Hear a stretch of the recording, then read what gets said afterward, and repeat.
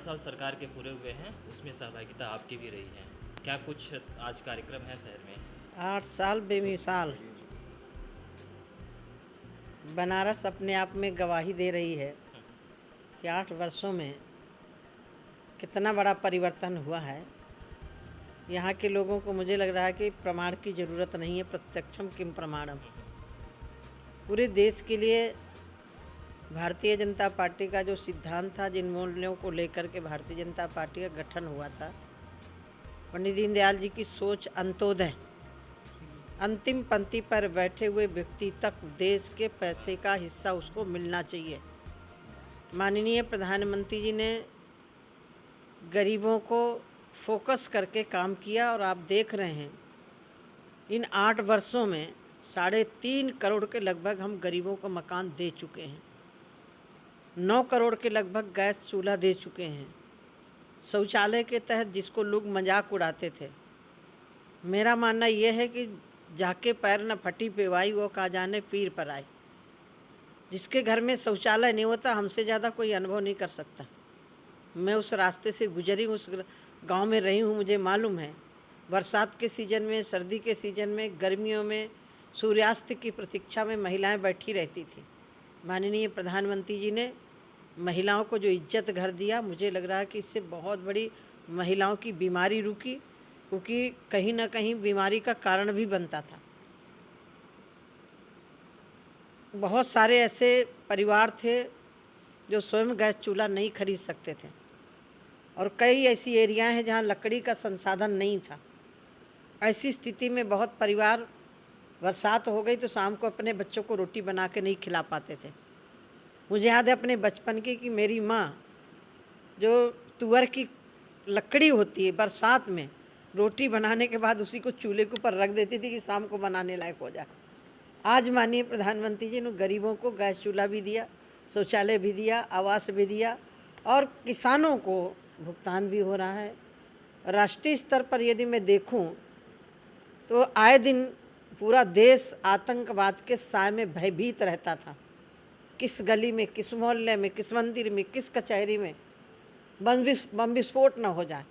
माननीय प्रधानमंत्री जी के बागडोर संभालने के बाद आज जो भी आतंकवादी कहीं धोखे से घुस भी आता है, इतना खुफिया तंत्र मजबूत है कि पकड़ा जाता है।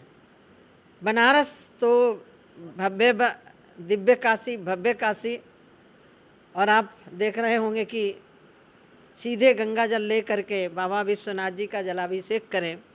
इसके लिए यहाँ की जनता भी सराहनीय है, जिन्होंने स्वेच्छा से मंदिर को पवित्र और बड़ा बनाने के लिए, विस्तार देने के लिए जनता ने भी सहयोग किया। माननीय प्रधानमंत्री जी का क्षेत्र है। आज काशी के अंदर में कभी एयरपोर्ट उतरती थी तो यहाँ पहुँचने में 2-2, 3-3 घंटा लग जाता था कई बार। आज 15 मिनट, 20 मिनट में आ गए एयरपोर्ट से। मैम, एक छोटे से क्षेत्रफल काशी विश्वनाथ धाम के बगल में एक छोटा सा एरिया है, उस एरिया के लिए देश में हिंसा हो रही है, देश के अलग अलग राज्यों में पत्थरबाजी हो रही है, बुलडोजर से कार्रवाई भी हो रही है।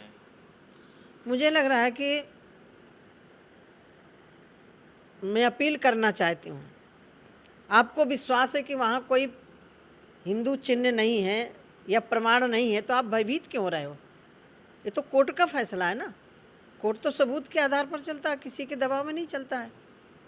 राम मंदिर जहाँ बन रहा है वहाँ सबूत थे कि मंदिर तोड़ करके मस्जिद बनाई गई थी, तो वहाँ सबूत है। और यहाँ भी मस्जिदों में त्रिशूल नहीं होते, मस्जिदों में स्वस्तिक नहीं बने होते। वहाँ बाबा विश्वनाथ जी की गवाही दे रहे हैं हमारे नंदी भगवान, इससे बड़ा सबूत क्या होगा।